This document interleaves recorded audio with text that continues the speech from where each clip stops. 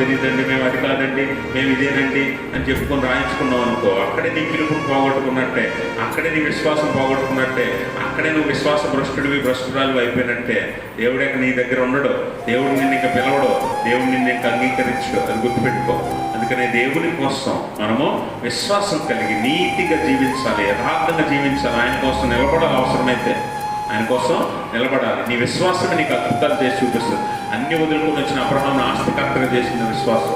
అన్ని వదులుకొని వచ్చిన అబ్రహాంకి జనాంగం, ఏ కొడుకు లేదు, కూతురు లేదు, ఎటువంటి సంతానం లేదు. అలాంటి సంతానము లేనటువంటి అబ్రహాముని విస్తారమైన సంతానం కలిగిన జనాంగంగా మార్చింది.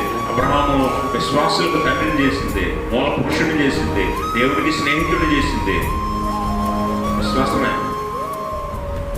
నీ దగ్గర అదొక్కటి ఉంటే చాలు, దేవుడు ఉంటాడు, దేవుడు చూసుకుంటాడు. కాబట్టి గమనించండి, 12 సంవత్సరాల రక్తస్రావం కలిగి